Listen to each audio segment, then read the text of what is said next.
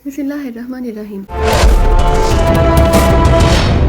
बिस्मिल्लाहिर्रहमानिर्रहीम।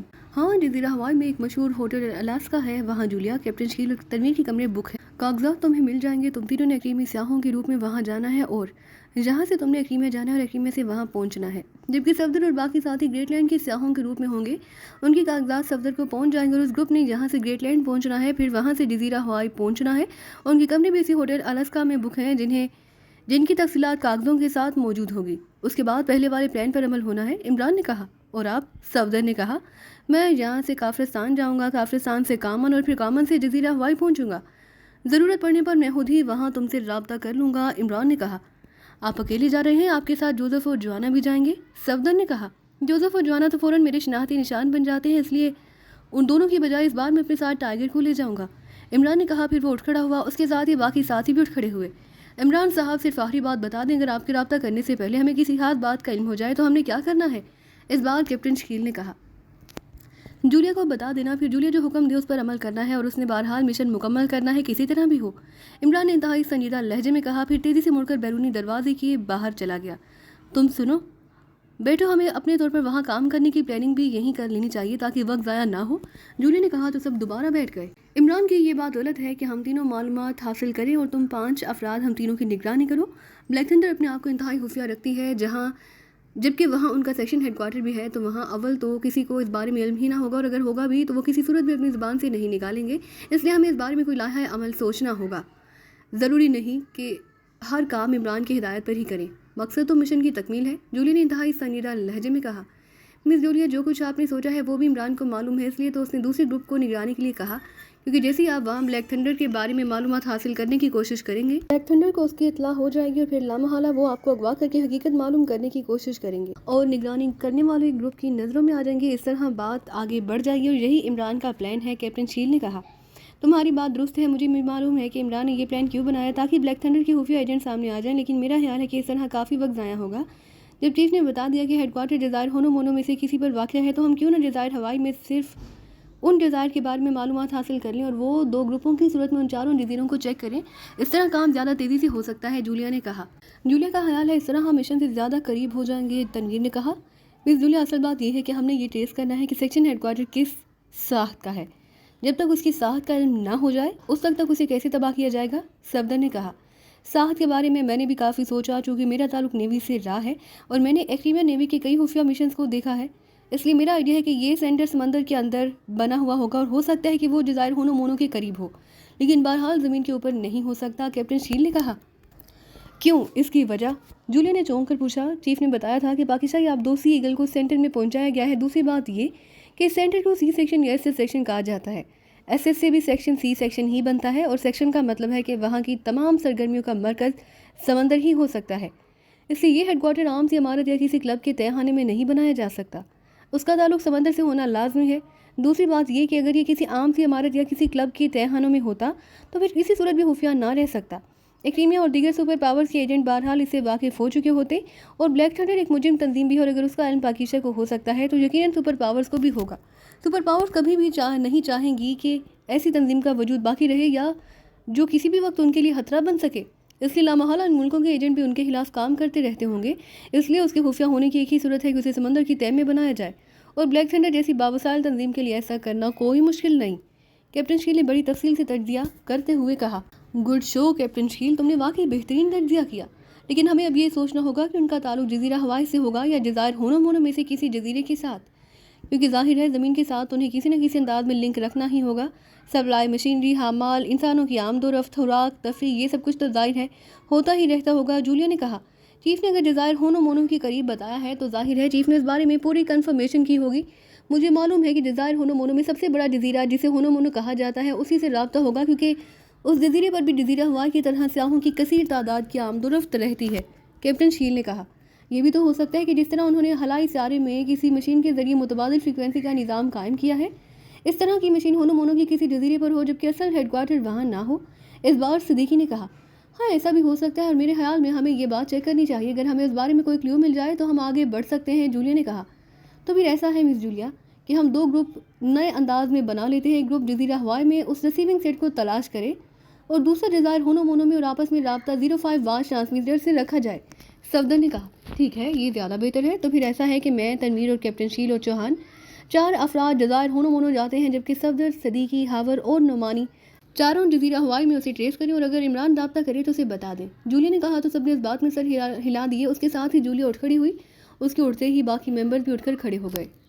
इमरान दानिश मंजिल के ऑपरेशन रूम में बैठा कमरे में गूंजने वाली जूलिया और उसके साथियों की आवाज़ें सुन रहा था। वो मीटिंग रूम से निकलकर खुफिया रास्ते से सीधा ऑपरेशन रूम में पहुंचा। यहाँ पहुंचते ही जब उसने जूलिया और उसके साथियों की आवाज़ें सुनी तो वो चौंक पड़ा। ब्लैक जीरो उसके पहुंचने से पहले ही माइक ऑन किए बैठा था। फिर इमरान खामोशी से बैठकर उनकी बातें सुनने लगा। उसे वैसे अंदाजा था कि जूलिया इस बार इंतहाई संजीदगी से काम करने पर आमादा है, इसलिए लामहला उनके दरमियान कोई ना कोई तफसीली नशिस्त होगी। लेकिन उसे ये अंदाज़ा ना था कि वो उसकी मीटिंग हाल से निकलते ही वहीं पर नशिस्त जमा लेंगे। चूँकि ब्लैक जीरो इस वक्त तक माइक ऑन रखता था जब तक कि तमाम मेंबर्स दानिश मंजिल से चले ना जाएं, इसलिए वो इमरान के पहुंचने से पहले ये सब कुछ सुन रहा था।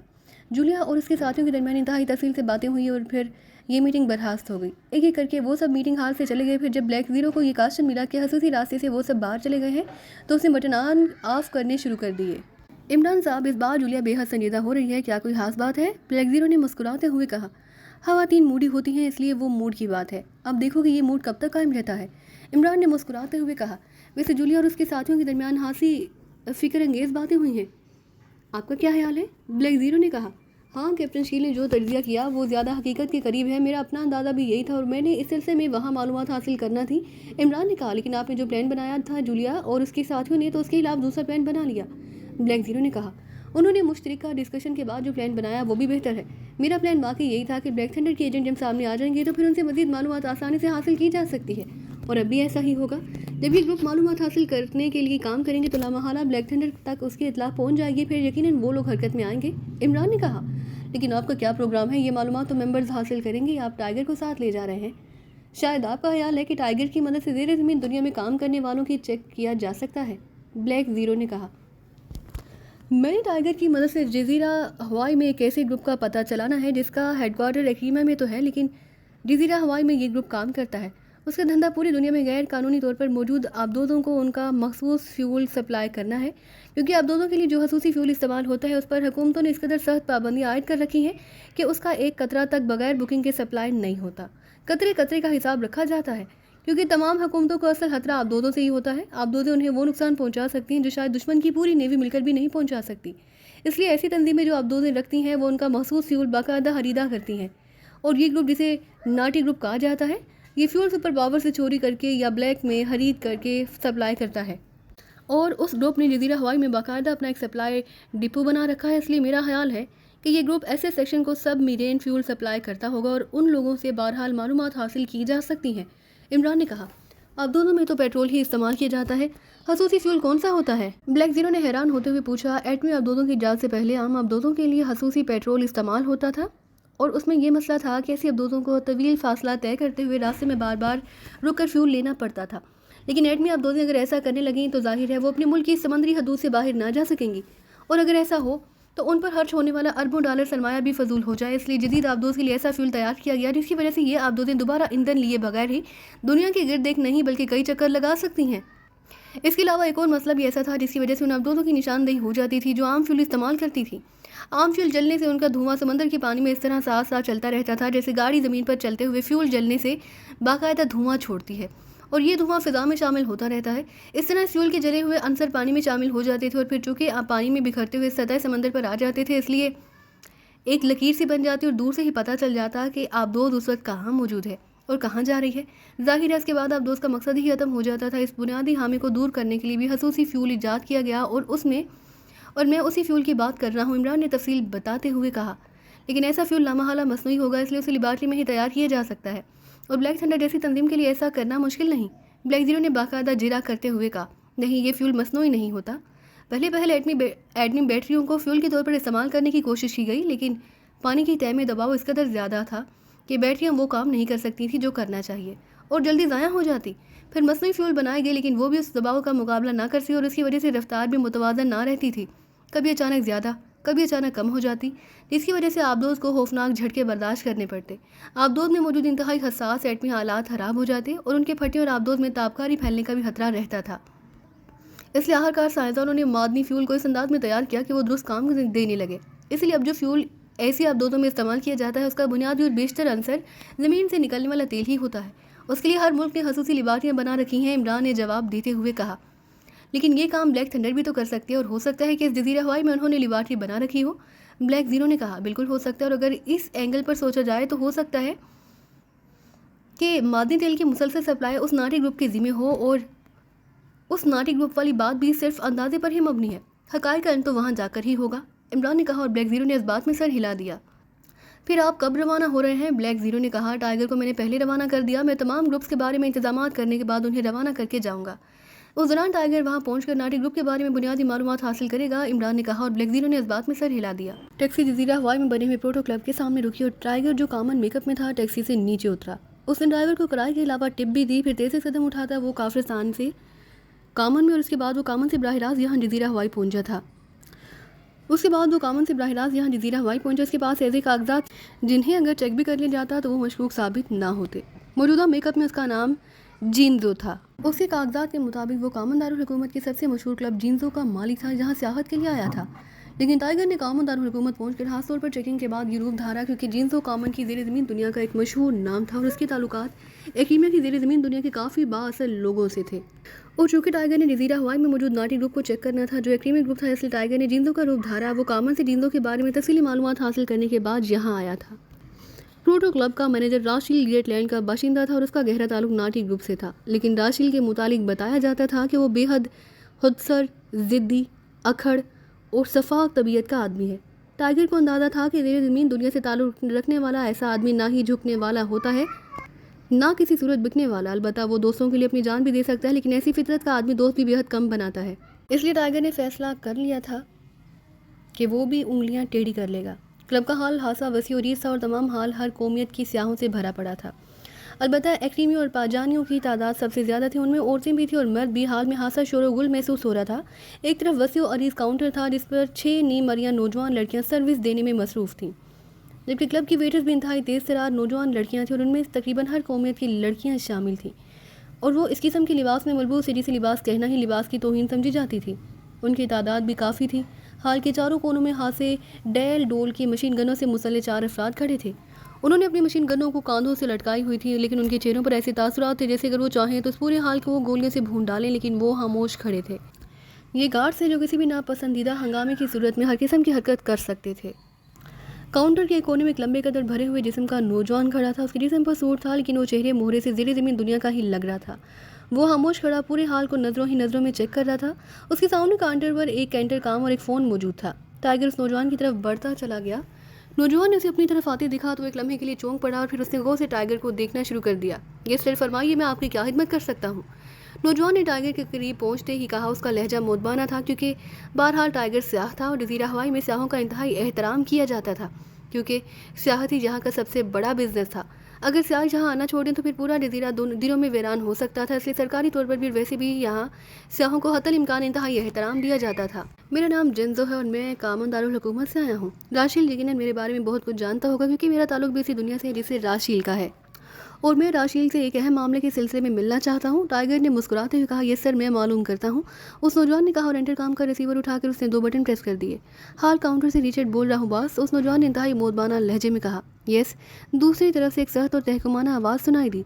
लहजा जो कि ग्रेट लैंड वालों जैसा था, इसलिए टाइगर समझ गया कि रिचर्ड ने बराह रास्त राशिल को ही कॉल किया है। और राशिल जो कि काफ़ी ऊंची आवाज़ में बोल रहा था, इसलिए उसकी हल्की सी आवाज़ काउंटर के बिल्कुल करीब खड़े टाइगर के कानों में बाहूबी पहुँच रही थी। सर, काउंटर पर एक साहब तशरीफ लाए हैं जिनका कहना है कि वो कामन दारुल हुकूमत की जेंजो है, वो आपसे मिलना चाहते हैं। रिचर्ड ने कहा, क्या क्या कह रहे हो? जेंजो यहाँ? क्या तुम नशे में तो नहीं? दूसरी तरफ से चीखते हुए लहजे में कहा गया और टाइगर मुस्कुरा दिया। उसका अंदाज़ा दुरुस्त साबित हुआ। यस सर, मैं दुरुस्त कह रहा हूँ, रिचर्ड ने बौखलाए हुए लहजे में कहा। उसके साथ या वो हैरत भरी नज़रों से सामने खड़े टाइगर को देख रहा था। बात कराओ मेरी। यस सर, रिचर्ड ने कहा। ये लीजिए सर, बॉस से बात कीजिए। रिचर्ड ने पहले से भी ज़्यादा मोदबाना लहजे में कहा और टाइगर ने रिसीवर पकड़ लिया। यस, जेंजो बोल रहा हूँ, राशिल। टाइगर ने जेंजो के लहजे और आवाज़ में बात करते हुए कहा। वो जेंजो से मिल चुका था और यहाँ आने से पहले उसने उसके लहजे और आवाज़ की बाकायदा रिहर्सल की थी, क्योंकि उसे मालूम था कि वो उसके बगैर वो बाहूबी जेंजो का रोल ना निभा सकेगा। ओ जेंजो, तुम हो यहाँ हवाई में कब आए हो? मुझे तुमने इतला क्यों ना दी? हालांकि हर बार तुम पहले इतला दे देते हो। दूसरी तरफ से हैरत भरे लहजे में कहा गया और टाइगर समझ गया कि जेंजो और उस राशिल में पहले से दोस्ताना ताल्लुकात मौजूद हैं, जिसका इल्म बहरहाल टाइगर को ना था। मैं अफ्रीका गया हुआ था और एक अहम मामले के लिए वहाँ मुझे एक माह तक रहना था, लेकिन दरमियान में चंद रोज़ की फुर्सत मिल गई तो मैंने सोचा कि ये चंद रोज़ अफ्रीका की बजाय हवाई में गुजार लूँ, इसलिए अचानक ही जहाँ आ गया। टाइगर ने कहा उसे मालूम था जेंजो ने अफ्रीका जाना था और वहाँ एक माह तक रहेगा, इसलिए तो उसने इसका रूप धारा था। और रिचर्ड को फ़ोन दो, दूसरी तरफ से कहा गया और टाइगर ने मुस्कुराते हुए रिसीवर काउंटर पर खड़े नौजवान रिचर्ड की तरफ बढ़ा दिया। बॉस, जेंजो को फौरी साथ लेकर मेरे स्पेशल ऑफिस में पहुंच जाओ, मैं खुद भी वहां पहुंच रहा हूं, दूसरी तरफ से कहा गया। Yes boss. आइए जनाब, उसने टाइगर से कहा और टाइगर ने इस बात में सर हिला दिया। फिर थोड़ी देर बाद टाइगर रिचर्ड की रहनुमाई में एक तहखाने में पहुंच गया। तहखाने से वो एक राहदारी में पहुंची और फिर राहदारी के अहतमाम पर एक दूसरे के सामने दरवाजे पर पहुंचकर रिचर्ड रुक गया। ये बॉस का स्पेशल ऑफिस है जनाब, आप अंदर तशरीफ ले जाएं, बॉस पहुंच गया होगा। रिचर्ड ने इंतहाई मोदबाना लहजे में कहा तो टाइगर ने उसका शुक्रिया अदा किया। फिर दरवाज़ा खोलकर वो अंदर दाखिल हो गया। दरवाजे की सांस से ही मालूम हो गया था कि यह कमरा साउंड प्रूफ है। कमरा खासा बड़ा था और इंतहाई खूबसूरत अंदाज में सजाया गया था। एक तरफ बड़ी सी ऑफिस टेबल थी जबकि उसके सामने कुर्सियों की कतार थी। साइड पर सोफे पड़े थे, वो अभी तक नहीं पहुंचा था। चनाचे टाइगर इत्मीनान से एक सोफे पर बैठ गया। चंद लम्हों बाद अंदरूनी दरवाज़ा खुला और एक वर्दिशी जिस्म और बिल्डाक जैसे चेहरे वाला आदमी अंदर दाखिल हुआ। उसके चेहरे पर दोस्ताना मुस्कुराहट थी, लेकिन उसके चेहरे की साहत बता रही थी कि उसके बारे में टाइगर को जो कुछ मालूम हुआ वो दुरुस्त है। लेकिन टाइगर ये सुनकर हासा मुतमईन हो गया कि जेंजो और राशिल के दरमियान गहरे दोस्ताना ताल्लुकात हैं। उन ताल्लुकात की वजह से अब टाइगर को इत्मीनान था कि राशिल नाटी ग्रुप के बारे में उसे बता देगा। रस्मी फिक्र और मुसाफे के बाद राशिल ने टाइगर को बैठने का कहा और खुद वो एक अलमारी की तरफ बढ़ गया।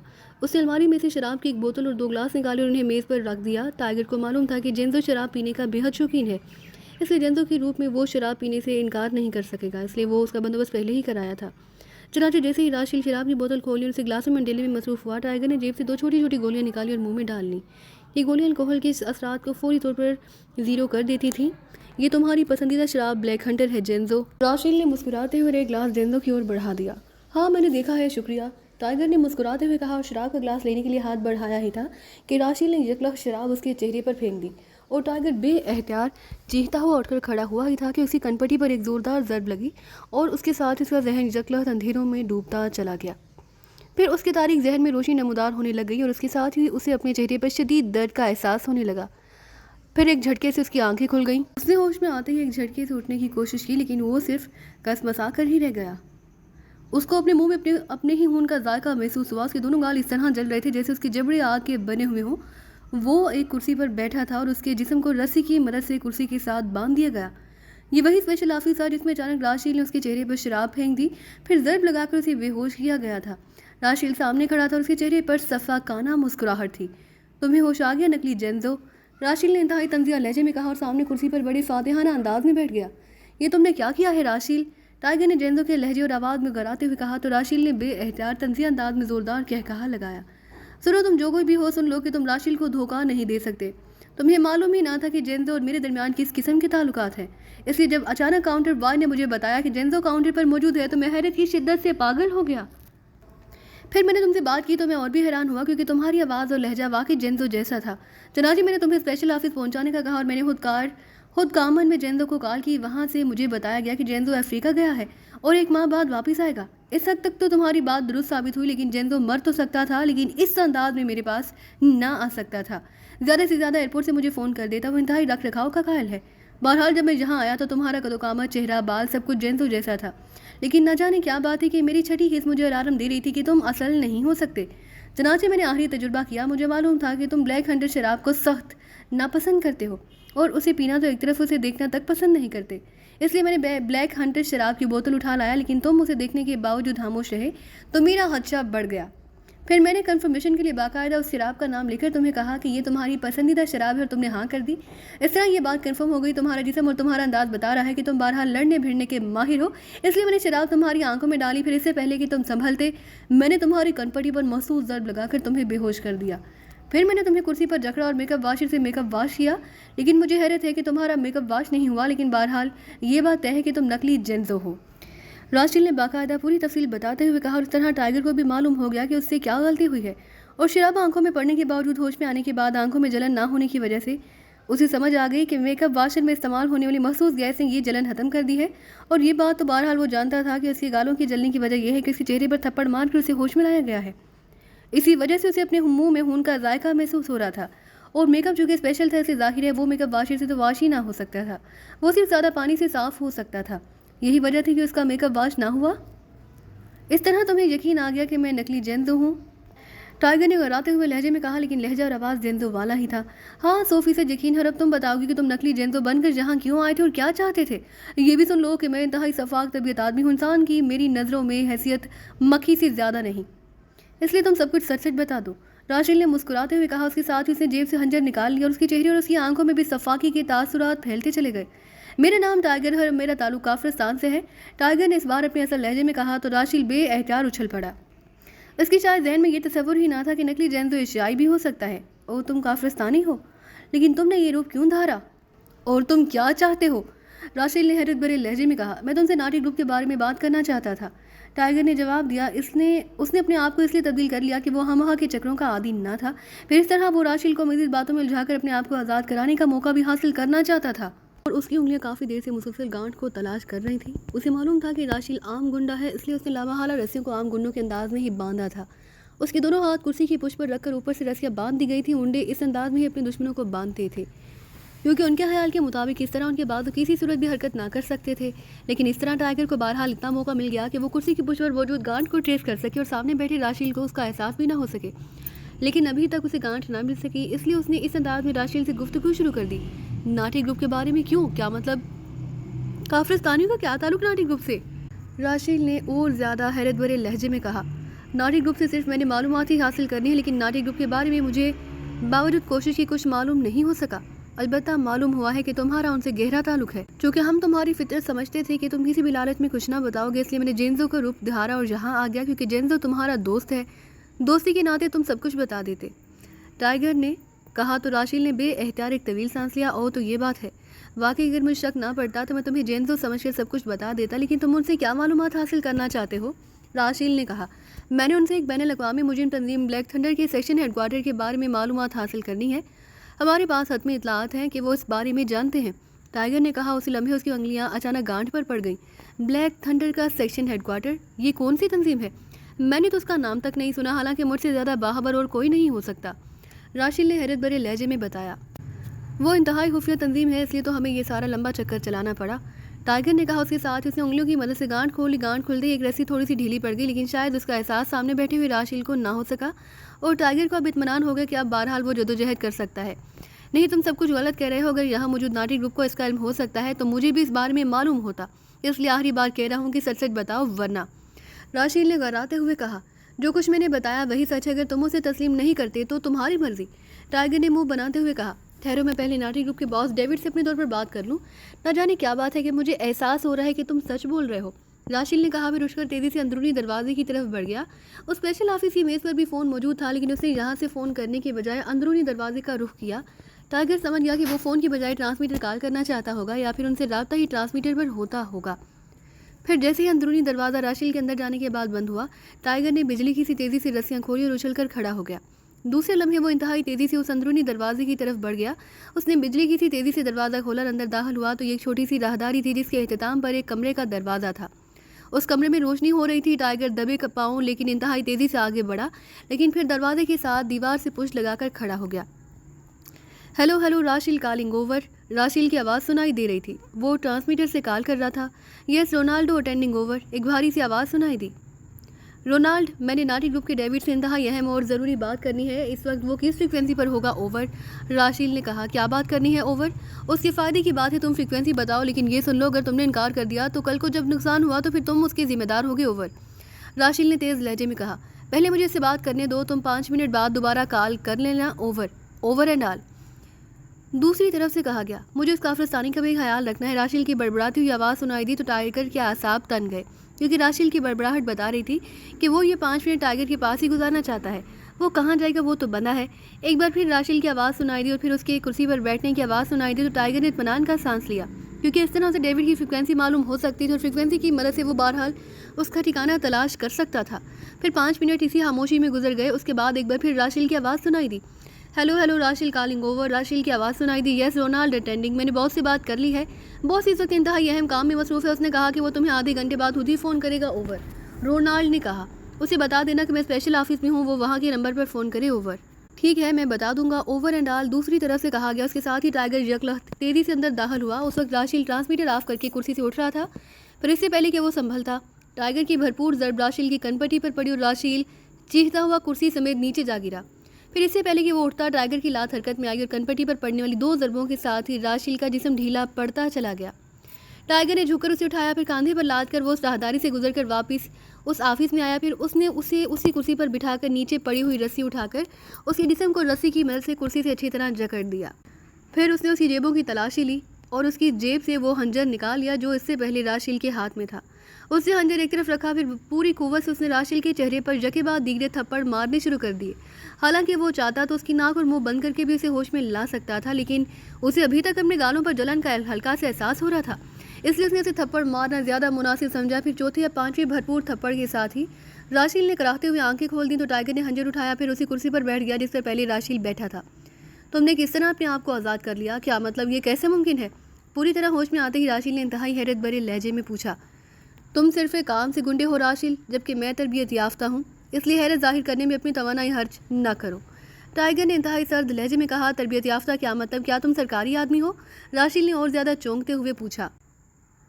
सरकारी आदमी इस तरह मेकअप करके तुम जैसे गुंडों के पास नहीं आया करते। अलबत्ता मैंने एक सरकारी एजेंसी में शामिल होकर तरबियत हासिल की, फिर उसे छोड़ दी और काफिस्तान की एक बैनुल-अक़वामी तंजीम ब्लैक हाउंड में शामिल हो गया। अब मैं ब्लैक हाउंड का बेहतरीन एजेंट हूँ, टाइगर ने जवाब दिया। तो तुम अब क्या चाहते हो? राशिल ने पूछा। मैंने तुम्हारी रोनाल्ड से होने वाली ट्रांसमीटर पर तमाम बातचीत सुन ली। डेविड ने यहाँ फ़ोन करना है, मैं सिर्फ इतना चाहता हूँ कि तुम डेविड को यहाँ बुलवाओ। टाइगर ने कहा। वो यहाँ नहीं आ सकता किसी भी सूरत में, राशिल ने जवाब देते हुए कहा। तो फिर मुझे तफसील से बता दो कि वो कहाँ होता है ताकि मैं खुद ही उससे मिल लूँ। टाइगर ने कहा। मुझे नहीं मालूम, वो खुफिया रहता है, राशिल ने जवाब दिया। ये रोनाल्ड जिसने तुमने ट्रांसमीटर कॉल किया उसका पता क्या है? टाइगर ने पूछा। सिवाय इस फ्रीक्वेंसी की और कुछ किसी को मालूम नहीं, राशिल ने जवाब देते हुए कहा। किस फ्रीक्वेंसी पर कॉल की है तुमने? मुझे याद ही नहीं रही, राशिल ने मुंह बनाते हुए जवाब दिया। वो वाकई ज़िद्दी और उखड़ तबीयत का आदमी था। अब जब फ़ोन आएगा तो तुमने उससे क्या बात करनी है? टाइगर ने पूछा। जब फ़ोन आएगा तो तुम्हें खुद ही मालूम हो जाएगा, राशिल ने जवाब दिया। तो टाइगर बेएहतियात मुस्कुरा दिया। गुड, तुम्हारी तबीयत और फितरत मुझे पसंद आई है, इसलिए फ़िक्र मत करो, तुम जिंदा रहोगे, टाइगर ने मुस्कुराते हुए कहा। मैं जिंदा सिर्फ अपने असूलों के तहत रहना चाहता हूँ, समझे? ये ठीक है तुमने मुझे बेबस कर लिया, लेकिन तुम मुझसे कुछ भी हासिल ना कर सकोगे, चाहे तुम मेरी बोटी बोटी अलहदा कर दो, राशिल ने स्पार्ट लहजे में कहा। उसकी ज़रूरत ही नहीं पड़ेगी राशिल, तुम खुद ही सब कुछ बता दोगे। मुझे सिर्फ डेविड के फ़ोन का इंतज़ार है, उसके बाद बात होगी, टाइगर ने मुस्कुराकर जवाब देते हुए कहा। उसके साथ उसने आगे बढ़कर मेज पर मौजूद फ़ोन का रिसीवर उठाया तो दूसरे लम्हे वो बेएहतियात चौंक पड़ा क्योंकि फ़ोन में टोन ही ना थी। वो तेज़ी से राशिल की तरफ मुड़ा तो उसने राशिल के चेहरे पर तंजिया मुस्कुराहट देखी। ये फ़ोन तो डेड है, टाइगर ने कहा। हाँ, ये सिर्फ नुमाइशी है, राशिल ने जवाब दिया। तो फिर तुमने उस रोनाल्ड को क्यों कहा कि डेविड स्पेशल ऑफिस में फ़ोन करे? टाइगर ने कहा। जो कुछ मैंने कहा उसे रोनाल्ड अच्छी तरह समझता है, राशिल ने जवाब दिया। तो टाइगर ने बेएहतियात एक तवील सांस लिया। वो समझ गया कि सारी गुफ्तगू ही कोड में थी और शायद इसीलिए राशिल इस हालत में भी मुतमईन था। ओके, फिर इस कोड को हल होना चाहिए, टाइगर ने कहा। उसके साथ ही उसने हंजर उठाया और दूसरे लम्हे उसका हाथ बिजली की सी तेज़ी से घुमा तो राशिल के हलक से बेएहतियात चीख निकल गई। उसका एक नथना आधे से ज़्यादा कट गया था। फिर अभी राशिल के मुंह से निकलने वाली चीख कमरे में गूंज ही रही थी कि टाइगर का हाथ एक बार फिर घूमा। इस बार राशिल का दूसरा नथना भी आधे से ज़्यादा कट गया। राशिल के मुंह से इस बार चीख ना निकली। उसने अपने दोनों होंठ एक दूसरे पर सख्ती से जमा रखे थे। बहादुर बन रहे हो, टाइगर ने मुस्कुराते हुए कहा और हंजर को उसने एक तरफ मेज़ पर रखा। फिर उस कुर्सी को जिस पर वो बैठा था उठाकर उसने राशिल की कुर्सी के करीब रखा और उस पर इत्मीनान से बैठ गया। अब देखना राशिल कि तुम किस तरह कोड को खुद ही डिकोड करते हो, टाइगर ने मुस्कुराते हुए कहा और उसके साथ उसने राशिल की पेशानी के दरमियान उभर आने वाली मोटी सी रग पर उंगली का एक हुक मारा तो राशिल के हलक से ना चाहने के बावजूद तेज़ और कबनाक चीखें निकलने लगी। उसका चेहरा तकलीफ की शिद्दत से बुरी तरह बिगड़ गया और जिस्म होले होले कांपने लगा। अभी तो इब्तदा है, टाइगर ने कहा। उसके साथ ही उसने दूसरी ज़रब लगा दी और राशिल की हालत दूसरी ज़रब के साथ ही यकलख्त इंतहाई बिगड़ गई। उसका चेहरा और जिस्म यकलख्त पसीने में भी गया, आंखें उबलकर हल्कों से बाहर आ गई। देखा तुमने राशिल, अब तीसरी ज़रब के बाद तुम्हारा जहनी तवाज़न जाम हो जाएगा और तुम्हारे मुंह से सब कुछ बाहर आ जाएगा, टाइगर ने इस तरह मुस्कुराते हुए कहा जैसे बड़े मुतमईन अंदाज में इससे बात कर रहा हो। उसके साथ ही उसने यकलख्त तीसरी ज़रब लगाने के लिए हाथ उठाया। रुक जाओ, मुझे शराब दो, ये खौफनाक अज़ाब है, रुक जाओ, राशिल ने यकलख्त हिज़ानी अंदाज में चीखते हुए कहा। मिल जाएगी शराब, पहले तफसील बताओ, टाइगर ने इंतहाई सर्द लहजे में कहा। मैं मर जाऊंगा, शराब दो, राशिल ने डूबते हुए लहजे में कहा। तो टाइगर ने उठकर मेज़ पर पड़ी हुई शराब की बोतल उठाई, उसका ढक्कन हटाया और आगे बढ़कर बोतल राशिल के मुंह से लगा दी। राशिल गटागट शराब पीता चला गया। वाकई जैसे जैसे शराब उसकी हलक से नीचे उतरती चली गई, उसका बिगड़ा हुआ चेहरा नॉर्मल होता चला गया। जब बोतल में थोड़ी सी शराब रह गई तो टाइगर ने बोतल हटाई, फिर उसे ज़मीन पर रखकर वो कुर्सी पर बैठ गया। देखो राशिल गो, शराब पीने से तुम्हारी हालत पहले से बेहतर हो गई, लेकिन ये ना समझना कि अब ज़र्ब का तुम पर कोई असर ना होगा, ये तीसरी और आखिरी ज़र्ब होगी। उसके बाद तुम्हारा ज़हनी तवाज़न हमेशा के लिए ख़राब हो जाएगा। फिर जाहिर है उसके बाद ना ही डेविड तुम्हें ठीक कर सकेगा, ना दुनिया का कोई और डॉक्टर। तुम्हारी हालत पागल कुत्ते जैसी हो जाएगी, जिसे आखिरकार गोली मार दी जाती है। मुझे तुमसे कोई ज़ाती पुरहाज नहीं, इसलिए अगर तुम सब कुछ सच सच बता दो तो मैं खामोशी से वापस चला जाऊँगा। तुम जिंदा भी रहोगे और ठीक भी रहोगे, और किसी को भी मालूम ना हो सकेगा कि तुमने क्या बताया और क्या नहीं। लेकिन ये सुन लो कि जो कुछ तुम बताओगे उसे बाकायदा कन्फर्म किया जाएगा। अगर तुमने गलत बयानी की तो फिर चाहे तुम पाताल में क्यों ना छुप जाओ, तुम्हें ट्रेस करके हलाक कर दिया जाएगा, इसलिए उसे आखिरी मौका समझो। टाइगर ने इंतहाई सर्द लहजे में कहा। सॉरी, मैं कुछ नहीं जानता, तुम जो चाहे कर लो। राशिल ने एक बार फिर इस तरह जिद्दी लहजे में कहा तो टाइगर ने एक तवील सांस लिया, उसके साथ ही वो उठ खड़ा हुआ। मैंने तुम्हें पहले ही कहा कि मुझे तुम्हारी तबीयत पसंद आई है, इसलिए ठीक है तो कि तुम्हें जिंदा छोड़कर जा रहा हूँ। मैं किसी और जरिए से मालूमात हासिल कर लूँगा, लेकिन तुम जैसे ज़ूल पसंद आदमी को हलाक नहीं होना चाहिए। गुड बाय, टाइगर ने कहा और तेज़ी से बैरूनी दरवाजे की तरफ मुड़ गया। उसने दरवाज़ा खोलने के लिए हाथ बढ़ाया ही था कि उसे कब से राशिल की आवाज़ सुनाई दी। रुक जाओ, मैं बता देता हूँ। तुमने अब दोस्ताना बात की और मुझे जिंदा छोड़कर जा रहे हो, आ जाओ वापस, राशिल ने कहा और टाइगर मुस्कुराता हुआ वापस मुड़ा। फिर उसने हंजर उठाकर राशिल की रस्सियां काट दी तो राशिल एक झटके से उठकर खड़ा हो गया। मुझे बैंडेज कर लेने दो, फिर बात होगी, राशिल ने कहा और तेज़ी से अंदरूनी दरवाजे की तरफ बढ़ गया। टाइगर चूंकि उसकी नफ्सियात समझ चुका था, इसलिए वो इत्मीनान से सोफे पर बैठ गया। थोड़ी देर बाद राशिल वापस आया तो उसकी नथनों पर बैंडेज मौजूद थी। उसके साथ उसने दीवार में मौजूद अलमारी खोली और उसमें से शराब की एक बोतल निकाली। अब मैं तुम्हें इंतहाई बेहतरीन शराब पिलाऊंगा, अब तो मेरे दोस्त हो, राशिल ने बोतल उठाकर मुड़ते हुए कहा। सॉरी, मैं शराब नहीं पीता, टाइगर ने कहा तो राशिल बेएहतियात चौंक पड़ा। लेकिन पहले तो तुमने इनकार नहीं किया, राशिल ने हैरत भरे लहजे में कहा। उस वक्त बात और थी, टाइगर ने जवाब दिया तो राशिल ने कांधे उछाए। फिर बोतल खोलकर उसने उसे मुंह से लगाकर आधी से ज़्यादा शराब हलक में उंडेली, फिर बोतल वापस रख दी। वो वाकई आधी शराब नोश था।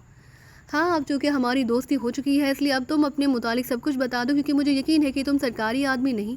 यकीन करो, मैं तुम्हारे मिशन में बहुत काम आऊँगा, राशिल ने मुस्कुराते हुए कहा। मैंने जो कुछ बताना था बता दिया, वो वाकई दुरुस्त है, टाइगर ने मुस्कुराते हुए जवाब दिया। तो फिर ये बताओ कि तुम नाटी ग्रुप को क्यों ट्रेस कर रहे हो, राशिल ने पूछा।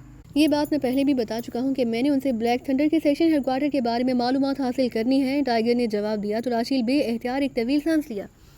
ठीक है, मुझे यकीन आ गया। बहरहाल जो कुछ तुम मुझसे पूछना चाहते हो वो मैं बता देता हूँ। डेविड नाटी ग्रुप का बॉस है, ये पूरा ग्रुप खुफिया रहता है, सिर्फ उसका ऑफिस यहाँ मौजूद है। ये बहरी स्मगलिंग का धंधा करते हैं, लेकिन ये ऑफिस भी क्लब की सूरत में है और रोनाल्ड क्लब का मैनेजर है। उस क्लब का नाम हार्ट वाटर क्लब है और जजीरा हवाई के शुमाल में ये क्लब वाक़या है। स्याहों से और स्याहों में बेहद मकबूल है, राशिल ने कहा। लेकिन फिर तुम तो उससे फ़ोन पर भी बातचीत कर सकते थे, तुमने खसूसी तौर पर ट्रांसमीटर क्यों इस्तेमाल किया, टाइगर ने कहा। जब भी उसे नाटी ग्रुप के सिलसिले में कोई बात करनी हो तो ट्रांसमीटर इस्तेमाल किया जाता है, फ़ोन पर तो सिरे से हर बात से इनकार हो जाता है, क्योंकि ये उनका खसूसी कोड है, राशिल ने जवाब दिया। तुम्हारे उनसे ताल्लुकात ऐसे हैं कि तुम उनके खास राजों से वाकिफ़ हो, इसकी वजह, टाइगर ने पूछा। डेविड मेरा ज़ाती दोस्त है, इस वजह से सारा ग्रुप मेरी इज्जत करता है। वैसे भी उन्हें मालूम है कि मैं अपने असूलों पर सख्ती से पाबंद रहता हूँ, राशिल ने जवाब देते हुए कहा। ट्रांसमीटर पर तुम्हारी रोनाल्ड से जो बात हुई थी उसका क्या मतलब था, टाइगर ने पूछा। ये सारी गुफ्तगू एक खसूसी कोड में थी, वो लोग इस मामले में यही कोड इस्तेमाल करते हैं। मैंने रोनाल्ड से असल में कहा कि डेविड को ट्रेस करके उसे बता दो कि उसके बारे में पूछगछ हो रही है और गैर मुल्की एजेंट उस बारे में पूछगछ कर रहे हैं और मेरी उससे बात कराओ। उसने बाद में जो जवाब दिया उसके मुताबिक रोनाल्ड ने मुझे बताया कि डेविड 2 रोज़ के लिए क्रीमिया गया है। उसे मुझे कहा कि मैं अपनी बात की वजाहत करूं, तो मैंने उसे जवाब दिया कि मसला सिर्फ डेविड की हद तक ही महदूद है और वजाहत भी उससे की जाएगी, राशिल ने तफसील बताते हुए कहा। तुम डेविड से क्या बात करना चाहते थे, टाइगर ने पूछा। जो कुछ तुमने बताया उसके मुतालिक, क्योंकि ये हकीकत है कि मैं किसी ब्लैक थंडर के बारे में नहीं जानता, ना हेडक्वार्टर के बारे में, राशिल ने जवाब दिया। अगर तुम डेविड के ज़ाती दोस्त हो तो तुम्हें उसकी रिहाइश गाह का भी इल्म होगा और इस बारे में भी मालूम होगा कि वो कहाँ कहाँ बाकायदगी से उठता बैठता है, उसके ताल्लुकात जहाँ किस किस से हैं, टाइगर ने पूछा। वो इस मामले में बेहद रिजर्व रहने का आदी है, इसलिए वो अपनी रिहाइश गाह के बारे में कभी किसी को नहीं बताता। वैसे भी वो जल्द से जल्द रिहाइश गाहें तब्दील कर लेता है, जहाँ उसके उठने बैठने का ताल्लुक है। उसे कभी किसी पब्लिक मुकाम पर बैठते हुए नहीं देखा गया।